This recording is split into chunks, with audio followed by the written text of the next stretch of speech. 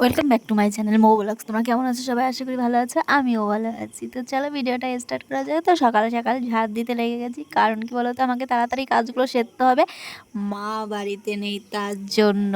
আর এইখানে আমি মার ঘরটাও ঝাড় দিচ্ছি। ঝাড় দেওয়া মানে কি, প্রত্যেকটা ঘরই তো আমাকে ঝাড় দিতে হবে, শুধু মার ঘর কেন, প্রত্যেকটা ঘরই আমাকে ঝাড় দিয়ে নিতে হবে।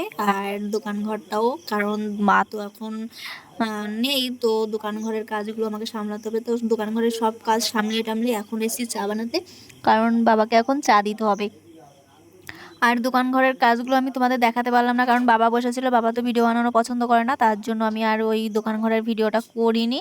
যখন বাবা থাকবে না তখন ঠিক করে তোমাদের দেখাবো। তো চা বানানো হয়ে গেছে এইখানে, চাটা এখন বাবাকে দিতে যাব, কারণ সকালবেলা উঠে আমার প্রত্যেক দিনের ডিউটি বাবাকে চা দেওয়া। তো তারপরে আমি ঘরের সামনেটা মুছে নিচ্ছি, কারণ আজকে তো রান্না নেই, আজকে হচ্ছে রবিবার। তো আজকে আর রান্না নেই, তার জন্য আজকে রান্নার ঝামেলাটা আমি আর করছি না। সকাল সকাল আগে এই কাজগুলো মিটিয়ে নিচ্ছি, তারপরে দেখা যাবে রাত সকালবেলা কি হবে। তো সকালবেলা কটা পান্তা ভাত রয়েছে, তারপরে দেখবো যদি ভাতে না হয় তারপরে রুটি টুটি কিছু একটা করে নেব। তো সেটাও তোমাদের দেখাবো যদি রুটি করা হয়। আর এইখানে আমি ঘরের সামনেটা মুছে নিচ্ছি, দুদিন ধরে তো তো তো রোদ্দুরটা তো উঠেছে সকালবেলা, জানি না এই রোদ্দুর কি থাকবে কি থাকবে না বোঝা যাচ্ছে না। কারণ কি বলতো, এখন তো আষাঢ় মাস পড়ে গেছে, আর বৃষ্টি কখন আসবে কখন যাবে কিছুই বোঝা যায় না। তো তার জন্য দেখা যাবে পরে যে কি হয়। তো আমি এখন ঘরের সামনেটা মুছে নিচ্ছি, আর ঘরের সামনেটা মুছে তারপরে তুলসী মন্দির মুছতে চলে আসলাম। এইখানে তুলসী মন্দিরটা মুছছি, কারণ কি বলতো, তুলসী মন্দিরটা তো আমার প্রত্যেক দিনই মুছতে হয়, সেটা তো তোমরা জানো। মা থাকলে মাও মুছে, আমিও মুছি, যখন যার সময় হয় সে তখন মুছে নেয়। আর এইখানে আমাদের তুলসী মন্দিরটা না আমার খুব ভালো লাগে, কিন্তু আমি যে ডিজাইনটা বলেছিলাম বাবা সেই ডিজাইনটা করেনি। কারণ কি বলতো, ওই পদ্ম ফুলের মতন ডিজাইনটা করতে বলেছিলাম, কিন্তু ওই পদ্ম ফুলের ডিজাইনটা করলে ওটা নাকি ভেঙে ভেঙে যায়, তার জন্য আর ওটা করা হয়নি। তো এই ডিজাইনটাই সবাই পছন্দ করেছে, তাই এই ডিজাইনটাই করা হয়েছে। তো তার জন্য এটাই থাকলো। আর যেটা হয়েছে সেটা ভালোই হয়েছে, আর যেটা হবে সেটাও তো ভালোই হবে, তাই না? তো এইখানে আমি ভালো করে তুলসী মন্দিরটা মুছে নিচ্ছি। আর তুলসী মন্দিরটা মোছার পরে তোমরা তো জানো অনেক কাজ বাকি আছে। আর এইখানে আমি মোবাইলটা রেখেছিলাম একটা গাছের পাশে। আর পাশে রেখেছিলাম কেন বলো তো, এই ঘাসগুলো বেশ সুন্দর উঠছিল মোবাইলে ভিডিওতে, তার জন্য ভাবলাম যে এইখানেই রেখেই তাহলে ভিডিওটা করা যায়। তো তারপরে চলে এসেছি পুজো দিতে, স্নান টেনান করে টোরে একবারে পুজো দিতে চলে আসলাম। আর এইখানে দেখো আমার আসনটা আমি এখনো সাজাইনি, তো তোমাদের তার একটু আগে দেখিয়ে দিলাম। আমার প্রদীপটা জ্বালানো হয়ে গেছে। আর এইখানে দেখো আমি সব কিছু ভালো করে মুছে টুছে তারপরে তোমাদের দেখাচ্ছি। আমি পারলে এইখানে একটা ভিডিও, একটা গান গান দিয়ে দিতে পারতাম, কিন্তু কি বলতো, আমার ভিডিওতে না কপিরাইট বেশি আসে, তার জন্য আমি আর গানটা দিলাম না। তো এইভাবেই তোমাদের দেখালাম। তো কেমন হয়েছে আমার আসনটা সাজানো তোমরা একটু কমেন্ট করে জানিও।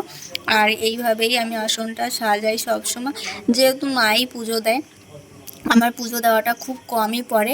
আমি শুধু কি বলতো, সন্ধ্যাবাটিটা সন্ধ্যার সময় দিই, আমার সন্ধ্যা দেওয়াটাই বেশি পড়ে। মা দোকানে থাকে তার জন্য আমি সন্ধ্যাটা দিয়ে দিই, আর সকালবেলা মা স্নান টান করে টোরে একবারে দোকানে পুজো দেয়, তার জন্য ঘরের পুজোটাও দেওয়া হয়ে যায়।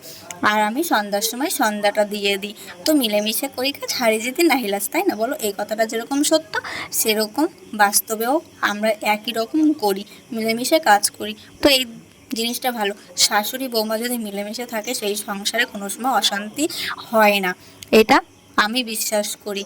কারণ এই দুইজনের যদি সংসারে মিল থাকে, কোনো সংসারে কোনো দিন অশান্তি আসবে না, এটা বাস্তব কথা। সে যে যাই বলুক, আমি অন্তত এই কথা মানি। তোমরা মানো কিনা জানি না, কিন্তু আমি মানি। তো তারপরে দেখো আমার পুজো দেওয়া এখানে হয়নি এখনও, মানে আমি এখন জোগাড় দেব, মানে অনেক ধর্মের মধ্যে আছে এই যে জোগাড়টা দেয় না। জোগাড় মানে কি বলতো, উলু উলুটা দেয় না, কিন্তু আমরা কিন্তু উলু উলু দিই। আমি দেখেছি অনেকের মধ্যে আছে ওরা উলু উলু দেয় না, শুধু ঠাকুরে খেতে দিয়ে টিয়ে ওই প্রণাম। কালকে একটু রোদ দিয়েছিল, আজকে আবার দেখো বৃষ্টি শুরু হয়ে গেছে, আবার হালকা রোদ্দুরও উঠেছে আকাশে।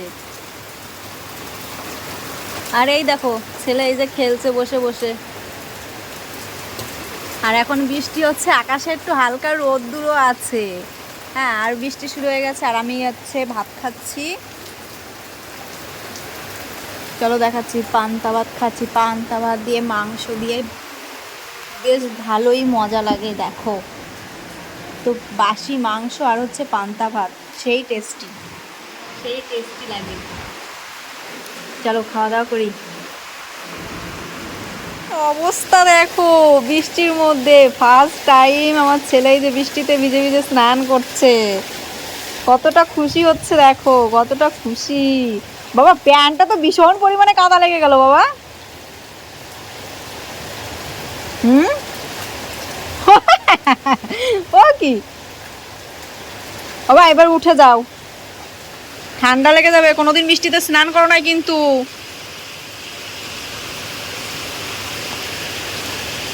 ভীষণ মনে আনন্দ, আজকে বৃষ্টিতে স্নান করছে। জল দেখে আমারও মনে হচ্ছে আমি নেমে যাই, কিন্তু আমি স্নান করেছি, আমার স্নান করা হয়ে গেছে সকালবেলা। আর ও স্নান করেনি বলে এখন ও বৃষ্টিতে বসে বসে স্নান করছে, কতটা মজা পাচ্ছে।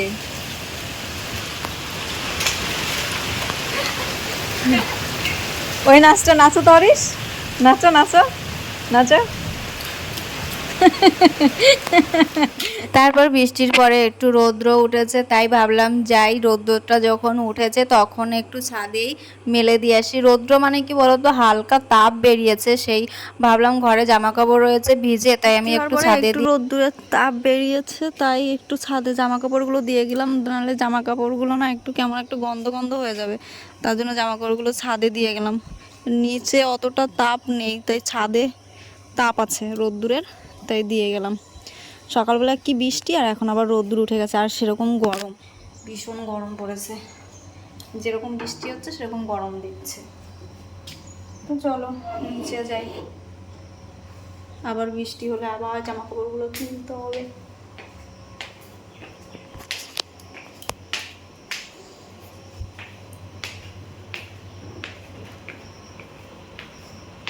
আমার ছেলে এখানে পড়ছে বই, আমি এখানে রান্না করছিলাম, আর ছেলে এখানে বই পড়ছে ওর মতন। ও তো কি পড়ছে আমি নিজেও জানি না যে কি পড়ছে ও।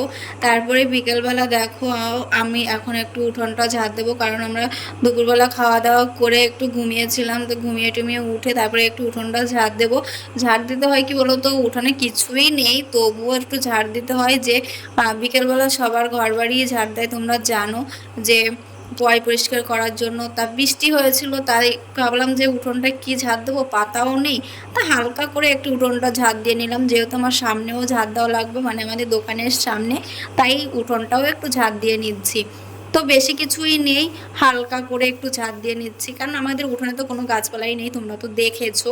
আর এইখানে দেখো আমাদের শুধু একটা জামরুল গাছ এই পাশে আছে, আর ওইখানে একটা মেহগুনি গাছ আছে, এটাই। আর আগে আমাদের বাড়িতে অনেক গাছ ছিল, এই টাওয়ারটা বসানোর পর থেকে আমাদের বাড়িতে সব গাছ কেটে ফেলেছে, একটা গাছও নেই।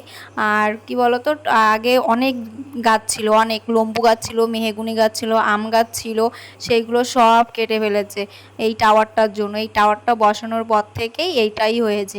তারপরে বিকেলবেলা দেখো আমাদের বাড়ির পাশে একটা কাকা দিয়ে গেছে কাঁঠাল, সেই কাঁঠালটা এখন আমি ভেঙে নিচ্ছি, কিন্তু কাঁঠালটা অবশেষে দেখা গেল এমন একটা কাঁঠাল, মানে কি বলবো।